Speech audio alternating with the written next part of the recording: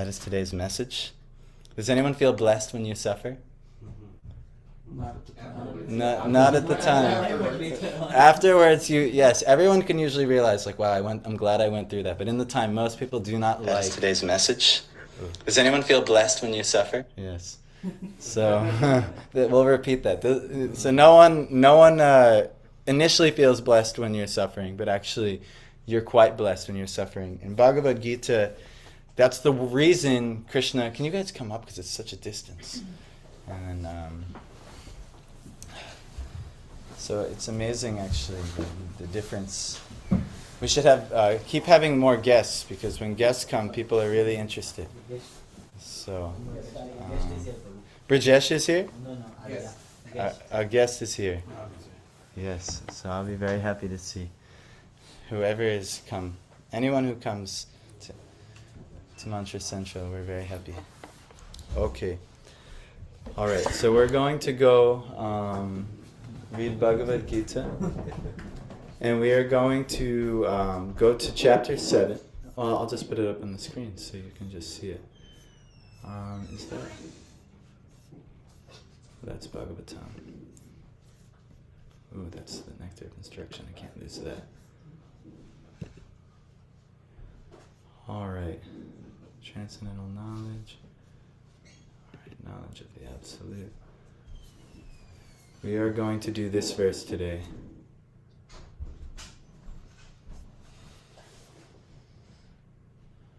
Oh, that's a good one too, but we're going to do this one.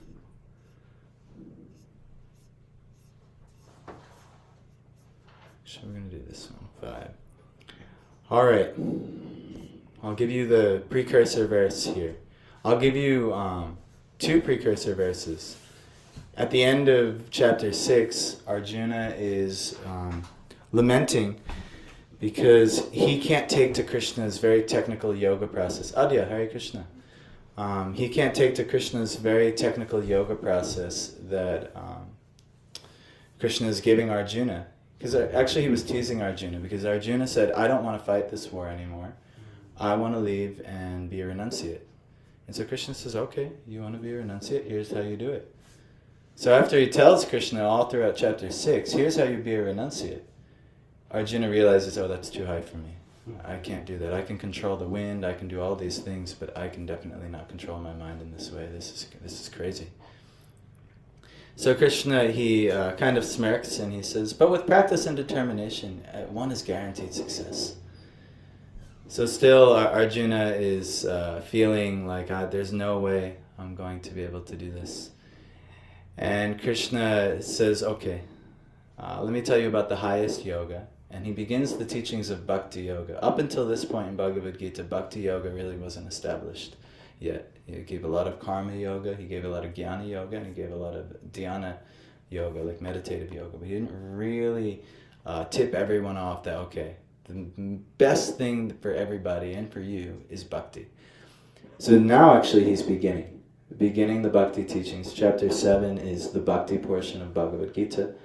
If Bhagavad Gita is compared to a Bhakti sandwich, now, first 6 chapters are the one bun, last 6 chapters of the second bun, and then the Bhakti is the juicy stuff everyone likes in the sandwich. So the Bhakti sandwich is now, we're actually biting into the sandwich, yes. Oh, away from the mouth, yes. Okay. That was not what I first thought you were doing. And then I said, oh, okay. I was like, that's pretty rude. Gosh. So anyway, my mind is in the gutter. So now with the Bhakti sandwich, we're actually getting into the essence of the sandwich.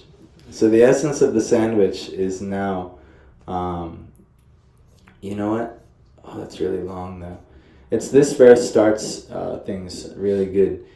He says, Manushyanam sahasreshu kaschid yatati siddhaye yatatam api siddhanam kaschin mam veti tattvata. Out of many thousands among men, one may endeavor for perfection, and of those who have achieved perfection, hardly one knows me in truth. So of all the paths of perfection he taught previously, he's saying of those who have achieved perfection of those paths, hardly one knows me in truth. And now this is going to illuminate the next path. the topmost path, which is bhakti. It's the type of sandwich we're trying to get into. So then he goes with this verse. This is really technical, so I won't do the purport for this one, but we'll do the next one. Bhumir apo nalo vayu kammano bodhirevacha ahankara iti yamme bina prakritir ashtadha. Earth, water, fire, air, ether, mind, intelligence, and false ego. Altogether, these 8 comprise my separated material energies. So he starts talking about the material energies. That's what we're all associating with, different forms of earth, water, fire, air. Our senses are activated with all these things. Like the nose perceives earth, the tongue tastes different forms of water, the eyes pick up different forms of fire, and so on. And actually each one of those carries the other element in it. I don't want to get too technical, but this is called Sankhya philosophy. It's very nice. If you read Bhagavatam, this can be all explained very nicely. But even in the Bhagavad Gita, it will get explained very nicely. But these are all the things of the material energy. So you have the 5 physical elements. Ether is space, by the way. We see everything is filled by space. But without space, all the other elements can't exist. It's said to be the first element. Mind is the desiring factor. This is, all of us have this, a mind. And right now our mind is kind of our enemy, but it's ideal if the mind is the friend. So if we desire what's good for us, then the mind is the friend, but otherwise the mind often is desiring things dictated by this final one, false ego, which is the illusion of who we are, the identity that we think we are, but actually that is not at all who we are. And so I'll give you an example. What's your nationality, Peter? Greek and Irish. You're Greek and Irish? Are you sure? No.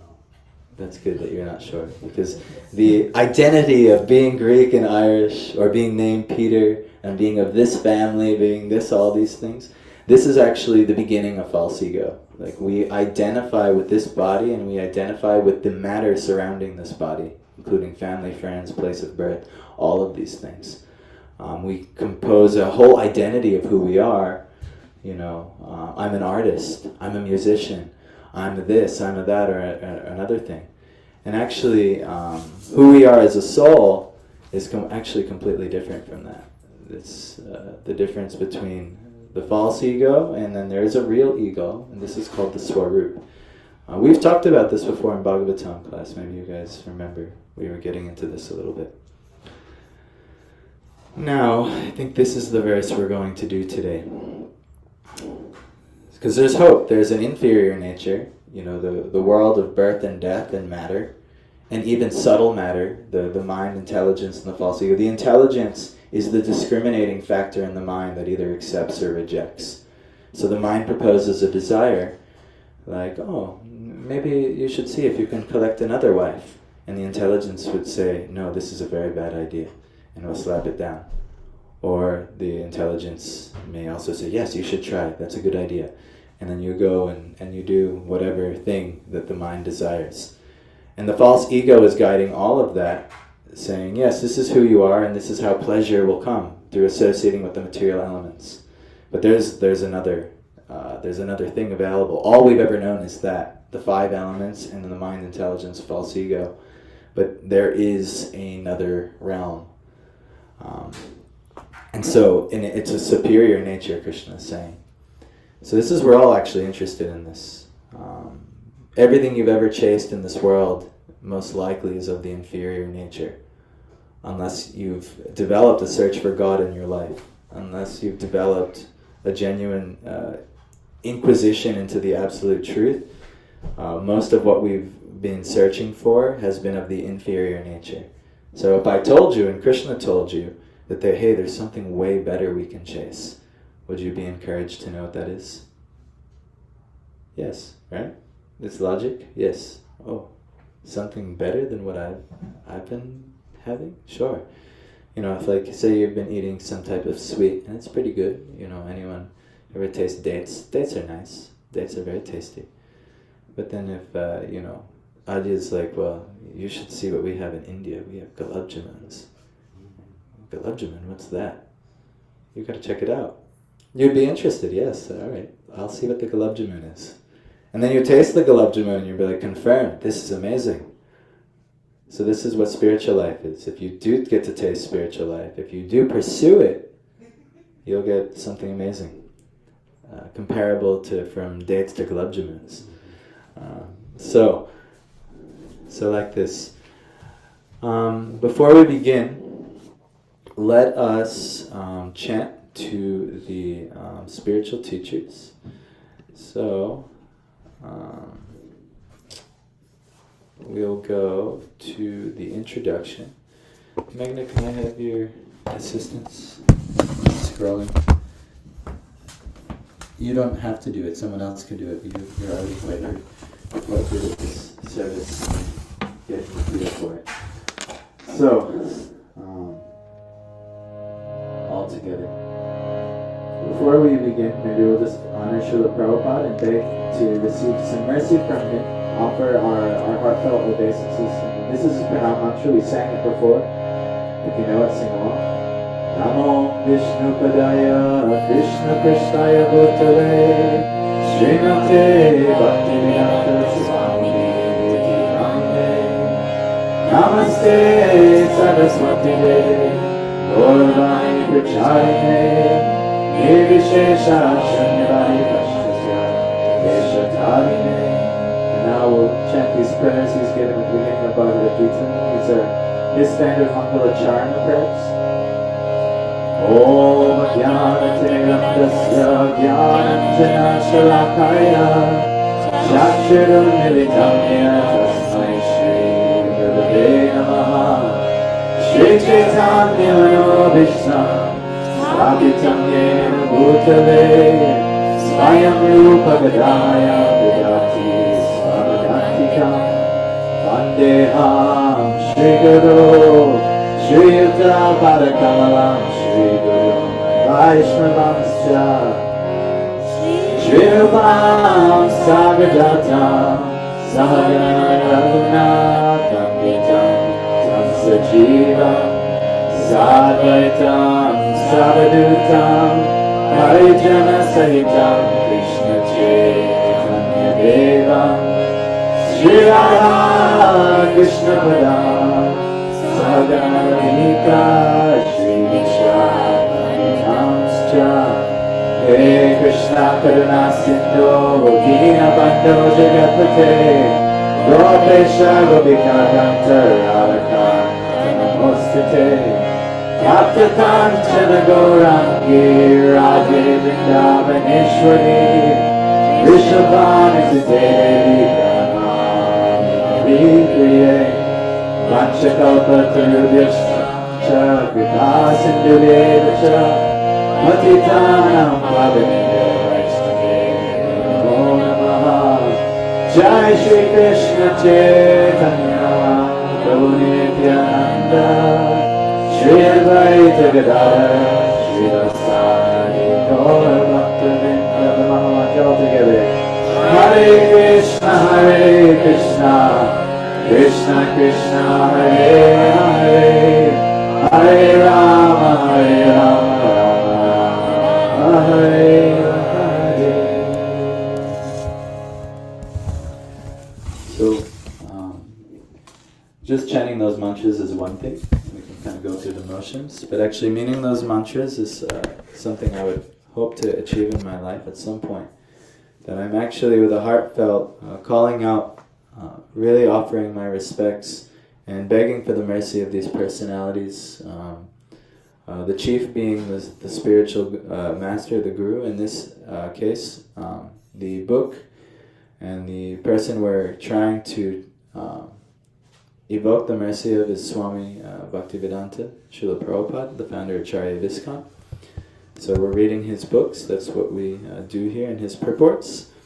So first and foremost we want his mercy, but all of his great disciples, I would have no chance of having this spiritual knowledge of his disciples didn't get books out all over the world, and even have temples open for me to go to when I found one of his books, and so on. So our obeisances, the gurus in my life, both Diksha and Shiksha, who have been helping me, I offer them my obeisances very sincerely.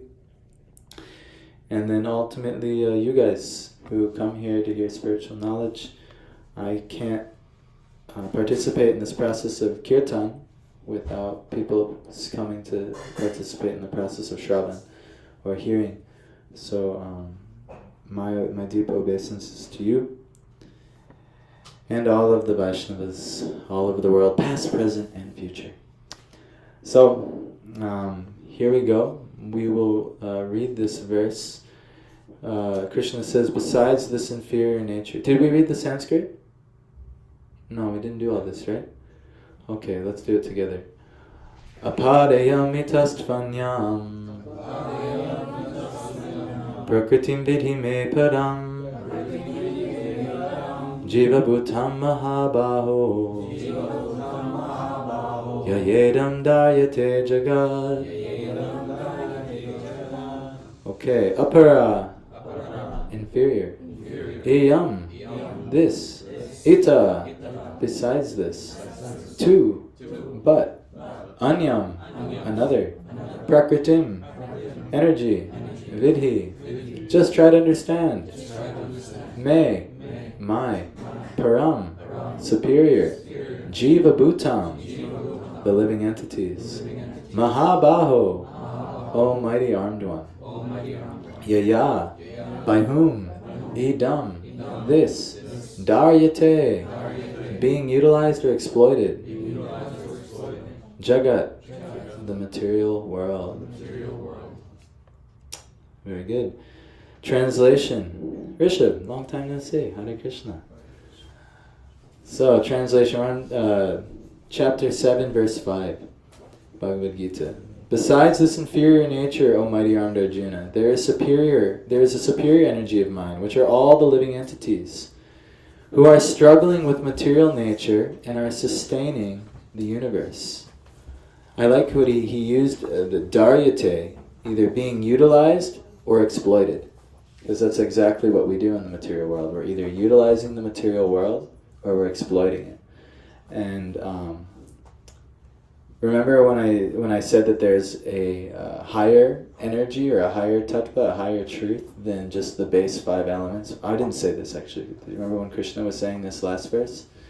So now the higher energy is the living entities, meaning you and you and you and you and you and all of the conscious living entities called jivas, the souls. This universe, what's happening is all of the elements of this universe are being utilized by souls, including you. And we've been utilizing this or exploiting. I like that was also thrown in there in the translation, because we've been exploiting this material world since time immemorial. Lifetime after lifetime after lifetime. That's the Vedic conception, that this isn't the first rodeo. That we are just used to trying to exploit. What's exploiting mean? Yes, to take advantage or to use for your own selfish desires, rather than any consideration other than that. Maybe that's not what's best for everybody, or that doesn't seem to matter, So we've been exploiting, actually.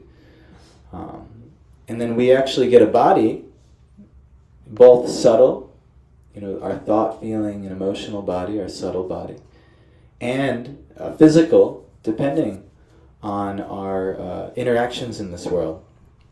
But there's a system that ties it all together. You may have heard of karma. And based on your karma, you will get the proper type of bodies. You'll get a certain type of subtle and emotional body, and then you'll get a certain type of physical body based on one's karma. And these are subject to change. But the process of karma does not change. It's actually all just. Has there ever been like a time you've been suffering in your life and you've been like, I do not deserve this, I definitely don't deserve this? Am I the only one who is feeling a bit entitled in life? Yes. We feel, I don't deserve this. The law of karma says otherwise. The law of karma says yes. I've definitely fallen into, I know I deserve this because it's happening, but I don't know why I deserve this. Yes. That's someone who knows about karma. That's someone who knows about karma. They said, all right, so as per the law of karma, I know this is coming for some reason, but I don't know why. It's famous in... Krishna was explaining to Dhritarashtra, who didn't understand why his karma came to him. He had to lose 100 sons in the war. And Krishna was explaining that 100 births previously, you were a hunter and you killed all these innocent birds in a tree. And he was explaining the process. And so, but in order to get a human birth and then get a son, 100 sons in a human birth, you had to build a lot of good karma for the next 100 lifetimes. And then that karma had to met out. We'll never be able to understand why the karma is coming the way it's coming from so many lifetimes previously.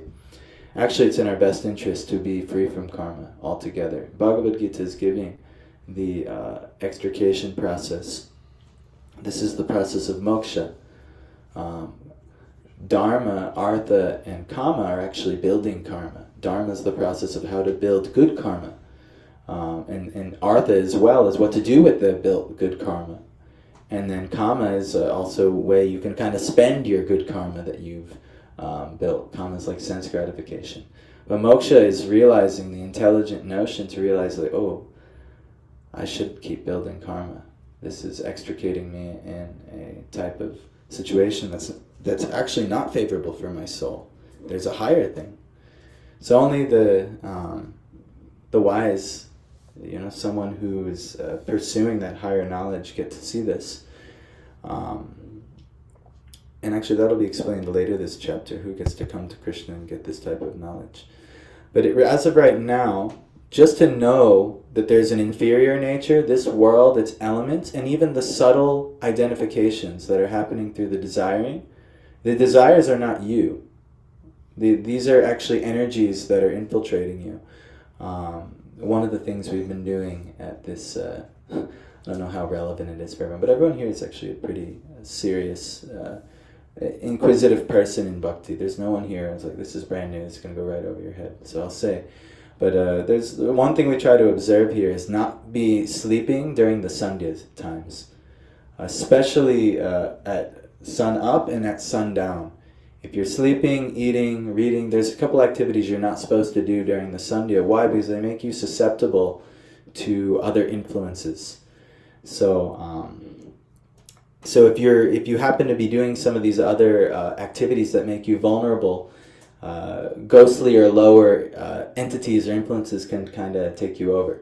Actually, this is well known by the college culture. We have the #1 party school, I think, in the country right here. Right? Did we get that award by Barstool Sports? Yeah. Adya saying yes. So top 10, very good. So here we go. We're quite esteemed in our drinking culture. And interesting, alcohol comes from the word alcohol. It's an Aramaic word, and it actually comes where the word ghoul is derived from. But interesting, you might have gone to your local wine and spirits shop. Yes. Why? Because it's well known that when people drink enough alcohol, their personality changes, right? Or maybe they say, they feel like a little shy, but when I drink, I'm really outgoing. And then, yes, because you have other personalities are helping you. And so this actually, why my wife actually stopped drinking was she had an experience where she would what's called black out. You've heard of this? And oftentimes when people regularly black out, a different personality, a different version comes out of them. And that's just a person completely overwhelmed by other forces, or you could say spirits. And so like that. So why do I say this? In the Sandhya time, those entities they're mobile. They say Lord Shiva takes them at that time. They're transitioning with the coming of dark and the coming of light. Yes? Is there a list somewhere of like the guidelines of what to do and what not to do during these Yes. So you could probably just Google it. A quick Google, like what Sandhya observances and things like that. Yeah, there are lists. I actually, it would take me a couple of Googling before I could find it, but there are things you could research what to do. But one I could tell you I know you should not do is eating, sleeping, and reading. But there's a couple more things. Even reading Shastra. Even reading Shastra. It's not the ideal time to try and absorb the Shastra. Better time for meditating. Oftentimes people chant their Gayatri mantras during that time and so on. Or you always chant the Maha Mantra, so that's a good time for chanting, is during the Sandhyas. So like that. But anyhow, so we're overtaken by these lower entities. And they impact our mind and our intelligence and false ego. They're kind of covering us with all these, do you ever just get some really disturbing thought and you're like, oh, that is not me. Where is that coming from? That is ugh. You shudder at the thought of what you just somehow came across. So this happens. There's countless subtle living entities who are always impacting us, constantly. And we're impacting so many living entities, we're giving advice to people, or sometimes your words that you said to someone are ringing in their ears and they follow your advice and so on. So we have this like this. We're all impacting each other in so many ways. But anyhow, there is a superior nature, which is us, the living entities, the spirit souls. So today what I want to introduce is what's called Jiva Tattva, or the truth of who we are, the Jiva. This is explained very extensively. There's a really nice work of Bhaktivinoda Thakur, who's the fourth guru from the right. He is, it's called Jiva Dharma. It means what is the Dharma of the Jiva? What is the role? What is the duty of the Jiva? And in there, Jiva Tattva is very elaborately described, who you are and what's the purpose of existence and so on. But Krishna, it's all coming from Shastra in Srimad Bhagavatam and Bhagavad Gita, yes. So I was wondering about the false ego thing. So what does that exactly refer to? Like, is it just ego and we're calling it false ego because by nature it's false? Or like, is it referring to something else? No, it's referring to misidentifying with who you are. So let's just say you are factually Adya, right? That was really who you are. The false ego would use maybe getting in some car accident or something, and next thing you know, you come back and say, "Well, I'm Michelle now," and you're saying, "I'm Australian. I come from the great outback. I grew up with kangaroos," and you have all these convictions, now of that. So the comparison would be now your false identity or your false ego. But actually, our identifying with the material elements, our identifying with race, creed, our family upbringing, our body, all these things are actually part of the false ego. It's a misidentification with who we are. We actually don't have Brahman consciousness, where we don't actually understand what the absolute spiritual truth is. So false ego is the kind of overlying problem that's been imposed upon us. But it has nothing to do with us, actually. It's just the energy that we are now currently interacting with. But the spirit soul has the opportunity to look towards, it's mentioned in the Upanishads, that there's within the pipala tree that is described as our body, there are two birds sitting. And there's one, you can say us, the jiva, one jiva, and then there's the other jiva is the Lord, the antaryami, or the super soul that's also observing us. And he gives exactly the fruits on the tree. We have desires, and he gives us the intelligence. All right, you want to go taste that fruit? Sure. Yes, try this. Go try drinking life over here. See how it goes. See how it tastes. And it always tastes bitter. That's the pleasures of this world. They always come back bitter. So he'll give us, but then when the jiva has some intelligence, it'll actually turn towards that bird and say, hey, how about you? What do you have to offer? And that is the opportunity of the lifetime, where actually the jiva, instead of trying to enjoy the inferior nature, actually turns towards the superior nature, which is the Supreme Lord, and then also the Sambandha Jnana of what is our relationship, what is the interrelationship between me and you. And so that's the ultimate opportunity of the lifetime. And this is what Krishna is getting at right now to Arjuna. This is what you really have to focus on. This is why he's going to give bhakti as the next 6 chapters, because that's actually the ultimate benefit of the living entity. When they come to that realization that I should stop worrying about these material things and the pleasures of the flesh and the body and enjoying the senses, all these things, because they always taste bitter at the end. We know this, right? We try. No. I tasted ice cream before. I know it's good. Just keep tasting ice cream and see how it goes. Maybe there's a whole bowl of kheer in that other room. It's a huge bowl. I can't even believe how much kheer Michael made yesterday. And kheer tastes so wonderful, and it's prasadam. It's so good to take. But if you just keep eating kheer and eat only kheer, if you ate that whole bowl, you'd be disgusted with yourself, right?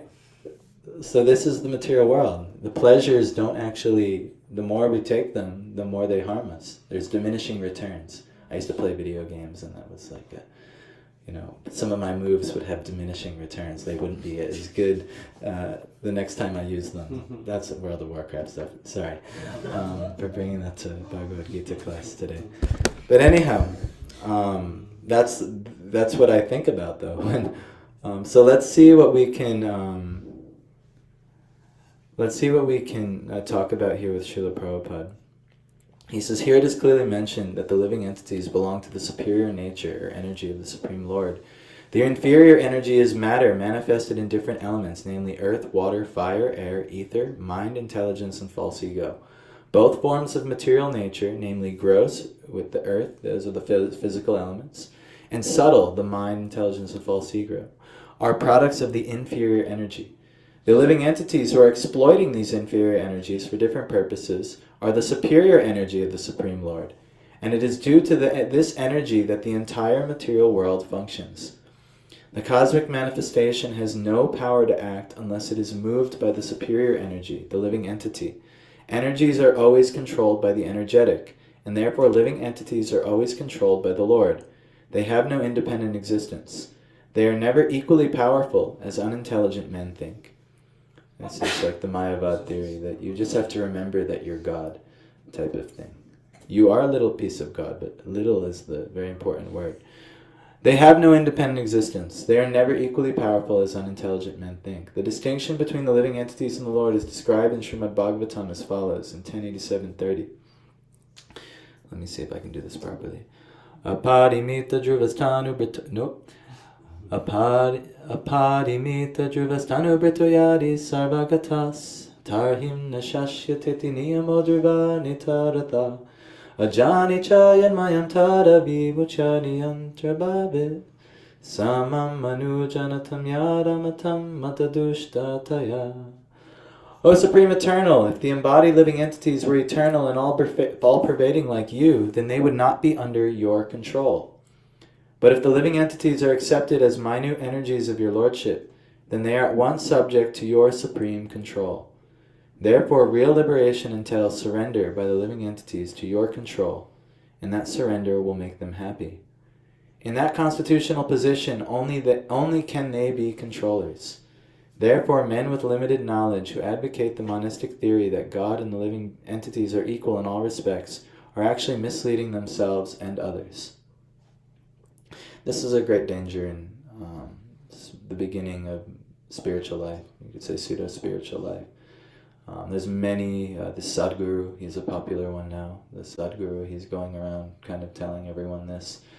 Before him, there was Osho. Before him, there was, for thousands of years, Shankaracharya, he was deputed to pretty much tell the living entities this thing. Now, Shankaracharya is very empowered and actually said to be a incarnation of Shankar, which he has a very interesting role in the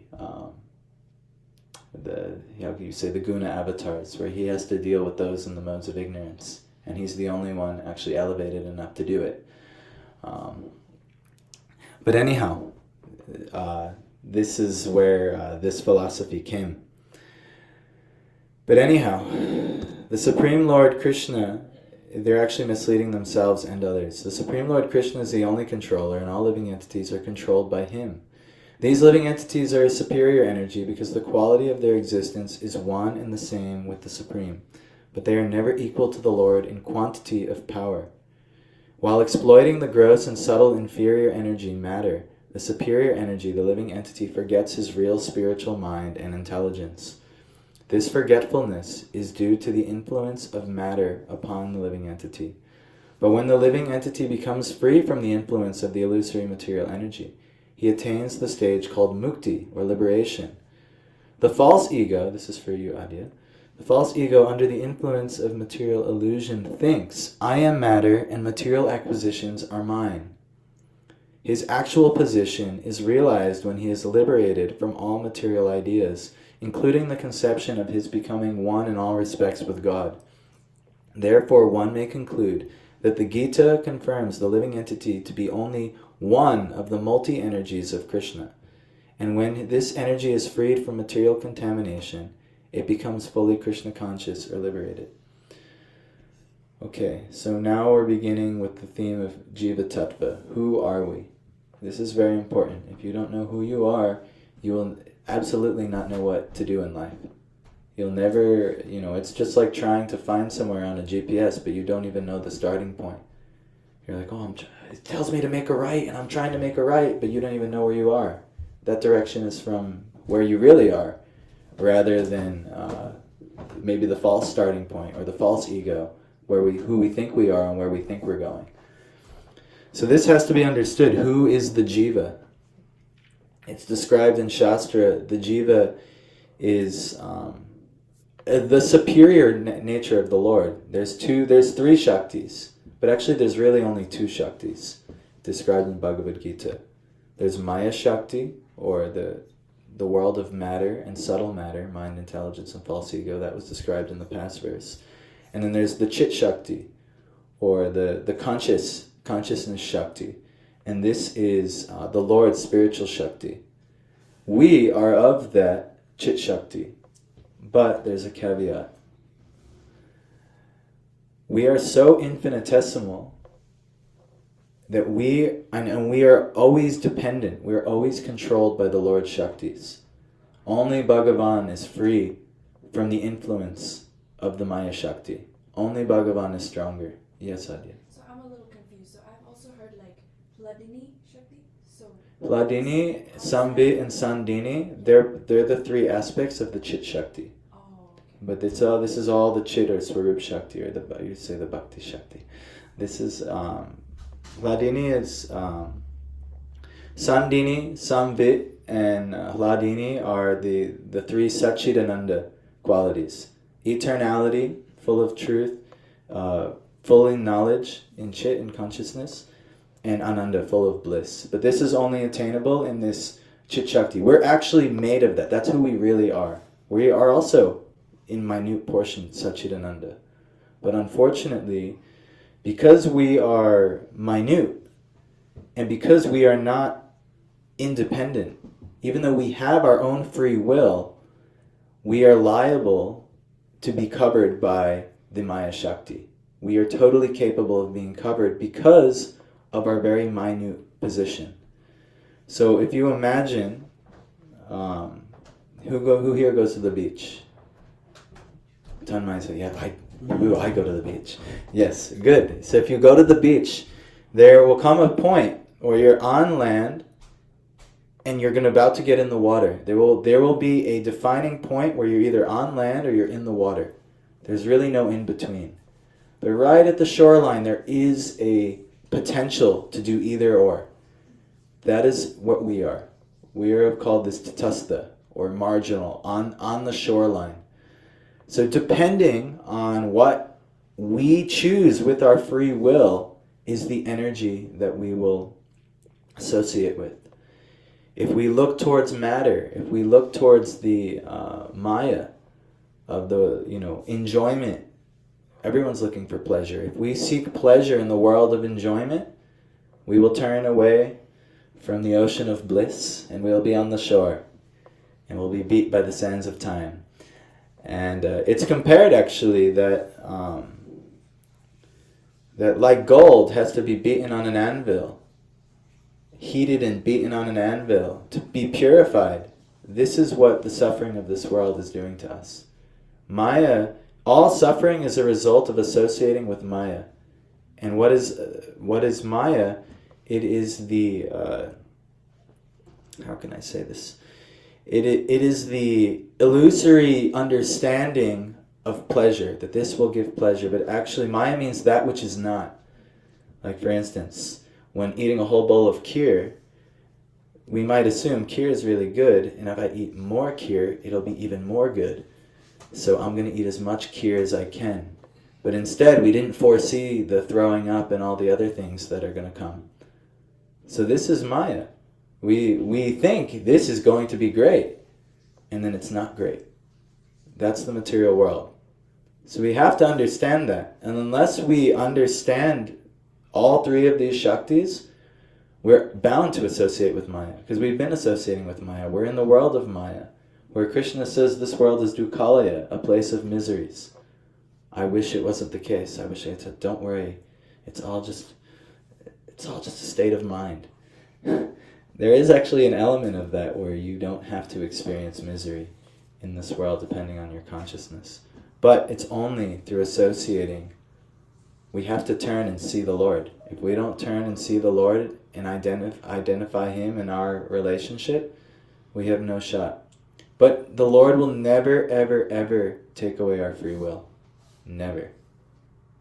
There is no taking away the free will. You will always, because this is what ultimately makes Krishna so wonderful, is His free will to enjoy in infinite varieties of ways.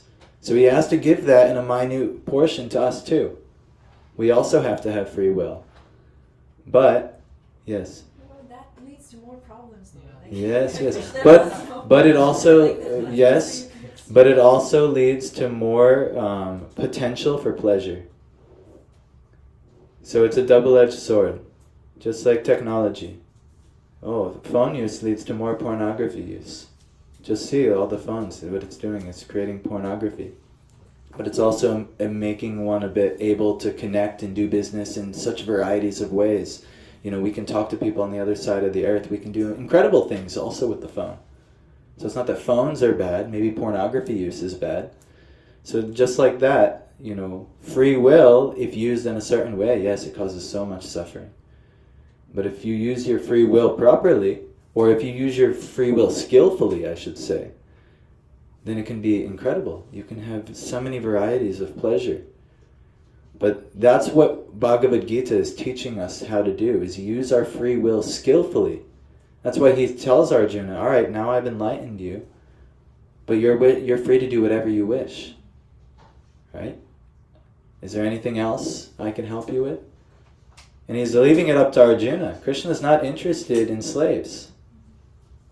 Krishna is not interested in slavery. At a certain point, you know, if people misbehave, they have to be punished. And the system of karma will do that. No one can go, their free will, they can't take it as, you actually can't do anything in the realm of Maya to the limit that you'd like. That's why Gandhi said there's enough in the world for every man's need, but not one person's greed. Because you're limited. Krishna's already made the system. It's like a prison house. And you've got a bunch of guards via the modes of nature who are they're acting and they're punishing you accordingly, based on what you freely choose. If you choose to try and enjoy the material world, the world of physical nature, and then also exploit other people's physical assets, say their bodies or even their minds and their roles in your life, people were always exploiting each other. There is punishment. You have to serve out your karma. There's no avoiding it. But if you turn toward the Lord, then you will be freed from this. But it's a genuine turning to the Lord. So it's but we have to understand our position. We're right on the shoreline. We can choose should we swim in the ocean of bliss, or do we want to stay in the material sands and bake in the sun? We have to choose. So in order to choose, you should know about it. But by good fortune, the Lord always is coming. Time, this is what an avatar is. He's coming from above to let you know, hey, here I am. This is what I'm saying. And if that avatar doesn't work, okay, well, I'll try this avatar. And then he'll come in so many varieties of ways. You know, right now, this reached us through Chaitanya Mahaprabhu coming 550 years ago. That's the prime avatar that made this reach us. And Chaitanya Mahaprabhu is pointing us to the Krishna avatar. The Christians are pointing us to the Jesus avatar. And there's so many, the Buddhists, the Buddha avatar, and so many avatars who are giving appropriate teachings for the time and place. But most people, we don't care what the Lord said. No, I'm worried about, A, B, and C. Money, wealth, and my relationships. Like that. This is what most people are focusing on. But we don't understand those things are all going to have consequences, and they're all going to, there's a, the prison warden, Maya, will have to beat these lower tendencies out of us with the appropriate dose of suffering. And that's why today's theme is suffering is actually a great blessing. It's auspicious to suffer. That's exactly what one needs to do when one makes certain choices. It's perfect. Life is perfect exactly as it is. The exact things that are happening in your life are perfect. Because we need to learn. We need to learn that this is not in my best interest. This is not proper activity. This is not proper behavior. No matter what is happening in your life, we have to learn. Like, yes, I needed to suffer for that. So it's auspicious, it's blessed. But the intelligent, they'll change. When they suffer, like if you put your hand in a fire and it burns you, I'm not going to do that again. But some people are really foolish. And they're just like, all right, well, maybe if I put it in at this angle, right? Maybe if I try over here, and they have to burn themselves dozens of times. And then eventually, hopefully, the suffering given to them, they'll say, all right, it's not working. And then they'll try something else. That's what the point of it is. So we can understand there's consequences to our activities. We have to know this. If we don't, yes, then we can try as many angles as we want. The end result's always suffering. And it's blessed. It's perfect for us. It's perfect for us. So, but there's a great hope. Priti, in here. Hare Krishna. I was missing Nihir. Look how happy he is. Hare Krishna, Ranjan, and Sohan. So anyhow, I will, maybe we have 10-15 minutes for some questions and discussion. In conclusion, there's two energies of the Lord. There is the world of matter which causes suffering, with the warden of Maya to give us exactly what we deserve in the most blessed way, so that we realize this is not what we should pursue. There's no wholesomeness in this. And then the other side is there's the Swarup Shakti, there is the Chit Shakti, the superior nature of the Lord, which we are a part of. The Lord and His conscious living entities. Infinite amounts of them. But when we try to associate, what's the auspicious factor though, is that the Lord is always the focus of this energy. We, though, are right on the cusp. We have free will to choose which will we associate with. And your free will determines your destiny. If you choose the world of matter, there's 3 modes of nature on how you can be given certain karmas and justices of this world. You can go get golden shackles in the mode of goodness of the material world, silver shackles in the mode of passion, and iron shackles in the mode of ignorance, but it doesn't matter, they're still shackles. Or you can turn to the Lord and you can experience a lifetime of bliss, but understand who you really are and where we really should go. But He will not take your free will. He will not take even a cent of your free will. It will all be done by you.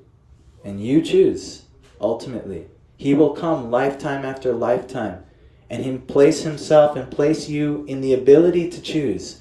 You'll always get some type of spiritual guidance in your life. Somewhere, someone will point the way to you.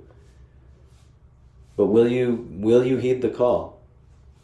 That's the message. So your suffering's auspicious. It's blessed. It's pointing you the right way. But what will you do about it? So that's my spiel today. I'll give maybe 10 minutes or so for some discussion or questions.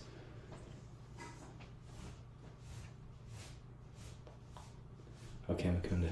Okay, I think I know the answer for this, but so why are we giving that freedom to do as we like? It's kind of what I was explaining to Adya before, because when to have love is the ultimate defining energy we're all interested in. Even our goal in spiritual life is to develop love, praying for the Lord. Love is only done freely.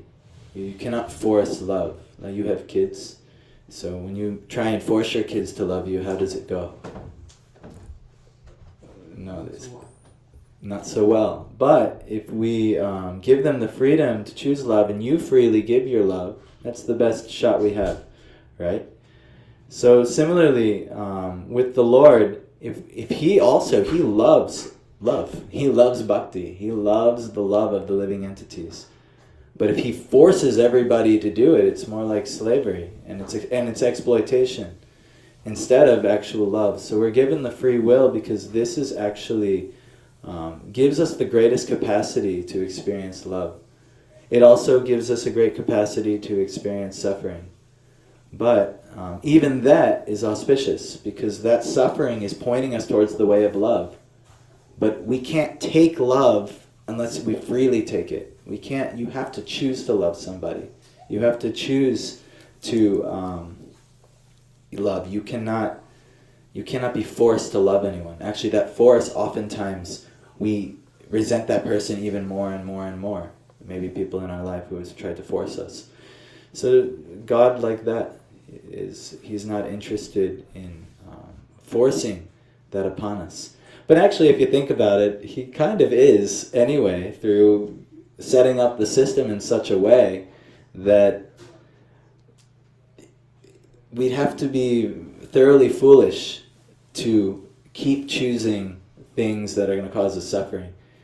But He will only let us come by choice. You know, it's not that you can just trick God. A lot of times when we start our bhakti practice, I'm running through all the motions, I'm mumbling all the things I'm supposed to mumble, I'm counting all the beads, why am I not getting the thing? It's because the actual love hasn't developed yet. That's the essence. So to kind of summarize the answer though, it's so actual love can be present, because without choice there's no love. Is that what you were thinking? Kind of. I was thinking along the lines of like this prema bhakti is so valuable, He's giving us the chance to fail. Mm. Well, that's the test, you know. It's like, why is there not like a threshold where you just don't cross? Is that what you're saying? yeah, it's like it's something so valuable it can't just be given freely. I mean, it is, but yeah, like Chaitanya Mahaprabhu did kind of give the opportunity for everyone, but yes, like you said, it's a process, it's a work, and it's not cheap. And we don't value things that are cheap. You know, we go to the dollar store, and if we break something, we're like, all right, well, you throw it in the dump and you go get another one. But if you really worked really hard to get something that's precious to you, and you put all your time, energy, and effort, you think, oh, I have to guard this with my life. You know, like that. We don't just throw those things around. So that's a very good point. You know, this prema bhakti, or this, this spiritual love that we're cultivating and developing, it's not cheap. It's not something, you can just go get this quick on a Sunday. You know, I'll come once a week and I'll get this cheap love over here. You're not going to get it. You have no chance. But if you cultivate it, you know, if you really work towards it, you'll get something. That's very good. I'm glad you mentioned that. Anything else? Adi, I saw a hand, but I don't know. I was just wondering, is the living entity same as jiva and like same as soul? Yes, that's the same word. Jiva means soul. So, and that's what we are. We're living. That's like first teaching of Bhagavad Gita. It's like you are a spirit soul. You are a jiva. And he's now letting us understand what we are actually, that we're divine. He lets us know quite early that we're eternal and how amazing we are, but ultimately we are of his superior energy. We are the same energy as him, but we are infinitely small, and he is infinitely great. So it's in our best interest to associate or understand the relationship, But you have to seek. You have to choose to. Okay. I'm going to I'm going to give 5 minutes a day to this. That's at least that's a very small choice. But most and many might not give any minutes a day. They're so caught up in chasing the inferior nature, as Krishna describes. And what do they get? And what kind of a package? What? It's the perfect package for them. Their own unique perfect package. However we chase Maya, the result will be some suffering that's perfect for us to learn the lessons. So all your sufferings, this is why it's happening. It's a blessing. You should be so happy to be suffering in your life because the Lord is showing you what you need to learn, how you need to move forward. A lot of times we feel victimized by karma. Oh, it's just the material world. It's just random. It's crazy. Yes, there's a certain element of, it is Dukkalaya, it is a place of miseries, but it's not crazy. It's meant to teach you something very unique to you, very unique to what you're going through. There's a very unique package of suffering you're receiving, and it's a great blessing for you, but see it. And the main lesson is to turn and pursue the Lord. That's the main lesson. And then he'll reveal all these things to you. And you'll be able to see it very quickly. Oh, man. All right, well, I should watch my P's and Q's here. That was a little close. Something like that. So anyway, it's a great blessing. Anything else? Maybe another 10 minutes. I have to stall. You mentioned the three different kinds of Shakti, right? Like the Maya Shakti and the Chit Shakti. Yes. And the Swarupa. So the Chit Shakti, you could say technically there's two Shaktis. There's the Maya, the inferior, and then there is the Chit, which is the superior. But the third is us. As a little portion of the superior, we are right at the Tatastha, we're called Tatastha Shakti. We're right on the edge of the shore. And we can be overwhelmed by Maya, where Krishna can never be overwhelmed by Maya. Him and his pure associates can never be overwhelmed by Maya. But us, as the Tatastha Jivas, we can be overwhelmed by Maya. So that's the third Shakti, is us, the living entities. And we have to make a choice. What will we associate with? The world of Maya, or the world of suffering, or the world of eternal bliss? It's an obvious choice, but if you really evaluate your life, you'll see how deeply we're conditioned towards the other choice. And we've been doing it for so long. And this is the bhakti process towards overcoming these anarthas, or these unvaluable qualities that we've accumulated in our ignorance. So does that make sense? Yeah. Okay, follow up? Yeah, so the Swarupa Shakti is that's very connected with our individual will and which way we go with our energy.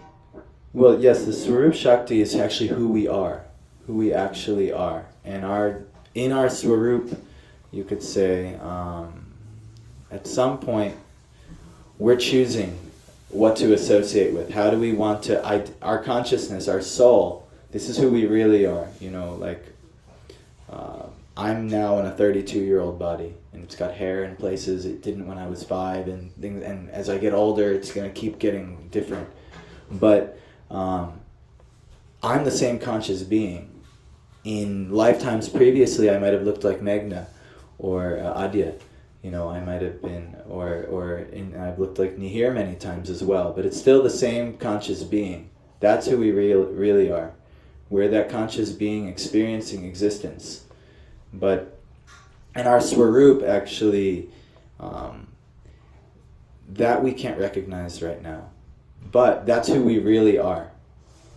But if we take our consciousness and turn it towards the Lord, or the Swarup Shakti, the Lord Shakti, that we can be eligible to actually exist in our eternal platform. Because right now we keep choosing temporary arrangements, so to say. And that's this body, this lifetime, the pleasures over here.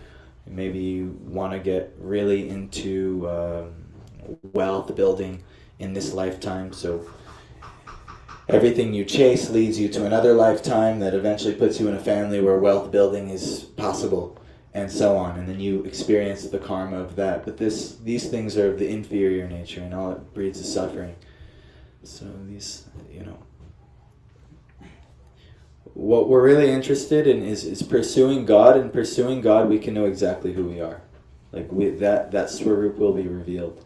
But it's not easy. There's a huge process, and we're on the other side right now.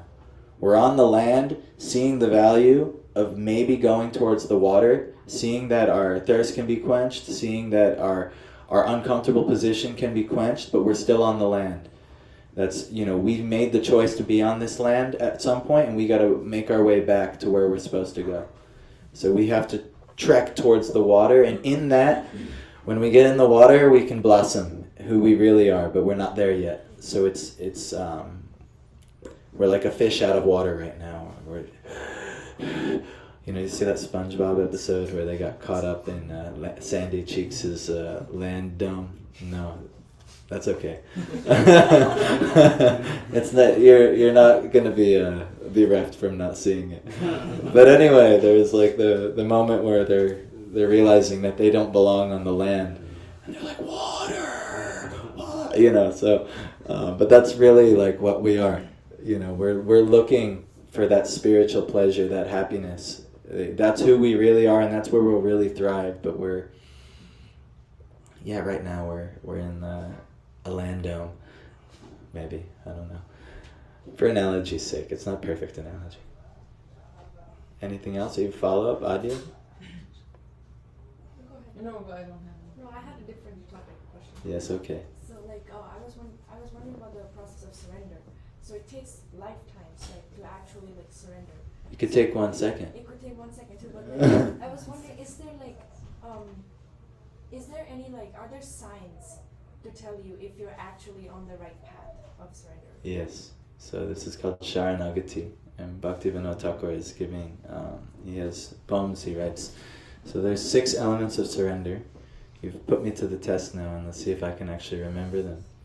The first 2 are only doing that which is favorable. This is a symptom of surrender. You'll only do that which is favorable to devotional service. Meaning that which is favorable towards going towards that Swarup Shakti. Going towards the Lord. So someone who only does activities which are favorable to devotional service, if you want to know what those activities are, we're doing it in Wednesday class right now, the 3rd verse of Nectar of Instruction. The one who takes to these activities, this is a symptom of surrender. The other symptom is one who does not do things that are unfavorable to devotional activities. So that's the 2nd verse of Nectar of Instruction. So there's all kinds of instructions on what one should do. So if someone is surrendered, they won't do bad things that are taking them, they won't actively turn around and walk further into the beach, the hot desert beach, and they will turn around and start walking towards the cool nectarian ocean. So for analogy's sake. 2, they'll always understand that the Lord is always their protector. Meaning even the suffering, everything He's giving is for our protection, and it's to help us. And the 4th thing, that He's also maintaining us. He is our 3, He's our protector at all times. He's always protecting us no matter what's happening. And 4, He's our maintainer. Meaning everything is always enough. We always have enough. He will never, we don't have to make so many extraneous endeavors to provide for ourselves. He will always provide enough. We should just pursue Him. That's surrender. Instead of so much focusing, I got to get my P's and Q's over here and this in order. No, that's not surrender. Surrender is, this is the thing. I'm going towards you, Lord. I don't care about anything else on the beach. I'm going towards you. That's surrender. You will protect me and you will maintain me. That understanding is there. Meaning I don't have to stop and make sure the income is fine. I don't have to stop, make sure this is fine before I go to the Lord. No. Going to the Lord is the only thing to focus on. And if you have to do that to go further to the Lord, no problem. You get a job, you pick up whatever hours so that you can maintain your life to go deeper into the Lord. So that's 3 and 4, protect and maintenance. Number 5 is always trusting the will of the Lord. Never feeling like, this has happened, like this can't be the Lord's will. Like kind of, this is, I would say, this can be a problem with modern Christian understanding of the world, where they think, the devil has attacked us here and like this, and this can't be of God. This is only the devil's work. This can't be Krishna's work. This is only Maya's work. Yes, Maya's for hire for Krishna in Christian theology. The devil's for hire of God.